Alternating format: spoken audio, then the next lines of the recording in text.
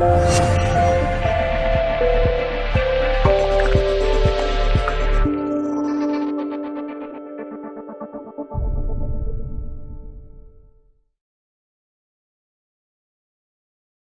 see, there's two things in here. One is that when you're going to give dawah in an open way to non-Muslims, sometimes it's always good to have some form of rapport in terms of dawah. So it's good to have an engagement, make people, sometimes inclined through good conduct.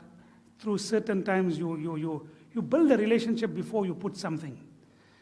I recall someone one day, one great scholar advising someone about something, and the person didn't react to it very kindly. So the scholar said, "It's not your fault, it's my fault. I put the bread in the oven without the oven being hot." You see? So that's what I'm saying. So that is one aspect. Try. And sometimes it's good to build some engagement before you put forward what you want to say. That's one.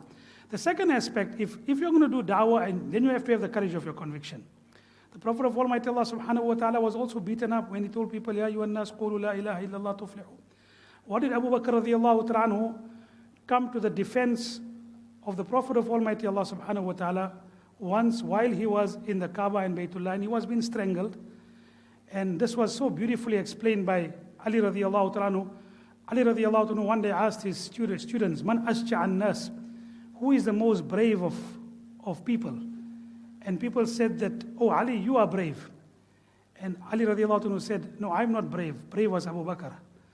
And he went on to say that when the Prophet was being strangled, we were still small, we were weak, we did not have any strength and power, and we hesitated. And Abu Bakr radiallahu anhu went into the midst of those people who were strangling the Prophet, and he beat them up. And he separated them from the Prophet. He got beaten up. And what did he tell people? أَتَقْتُلُونَ رَجُلًا أَن يَقُولَ رَبِّي اللَّهِ. Are you going to kill a person because he says Allah is my Lord? So the Prophet of Almighty Allah, in giving the dawah, was also sometimes abused in that way. So when we do get that type of abuse, bear in mind the sunnah of Nabi Karim Sallallahu Alaihi Wasallam and how he reacted. Second. The third point, there is a direct ayat of the Quran which tells you how to deal with such a situation. In the last ayat of Surah Hijr, the last few ayats, وَلَقَدْ نَعْلَمُ أَنَّكَ يَضِيقُ صَدْرُكَ بِمَا يَقُولُونَ. We know that your heart is going to pain over what they tell you about your religion. وَلَقَدْ نَعْلَمُ أَنَّكَ يَضِيقُ صَدْرُكَ بِمَا يَقُولُونَ. What do you do? فَسَبِّحْ بِحَمْدِ رَبِّكَ وَكُمْ مِنَ السَّاجِدِينَ. Continue glorifying Allah subhanahu wa ta'ala. Be amongst those who make sajda. وَعْبُدْ رَبَّكَ حَتَّى يَأْتِيَكَ الْيَقِينَ.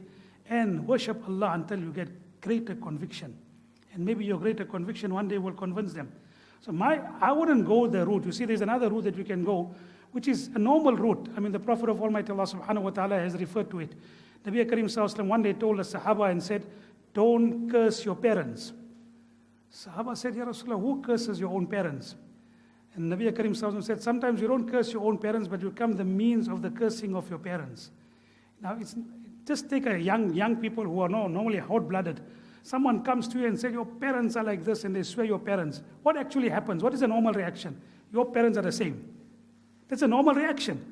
So what has happened? You have not abused your parents directly, but you have become the means of your parents being abused by abusing someone else. And the Quran says in the last page of the 7th juz, وَلَا تَسُبُّوا الَّذِينَ يَدْعُونَ مِن دُونِ اللَّهِ فَيَسُبُّوا اللَّهَ عَدْوًا. Do not abuse the idols that other people worship, because they will abuse Allah Ta'ala in return. So 3 things I've told you. One is that when you do it, bear in mind that the Prophet of Almighty Allah also was abused. The second aspect, that do not become, وَلَقَدْ نَعْدَ, I refer to you the ayat, that we know that you will be hurt, but continue your task. And the third aspect is, don't then afterwards do the same what they are doing. So they will tell you, your prophet is like this, your religion is like that. No, we don't do that. So three things that I can think about which comes from the Quran and Hadith.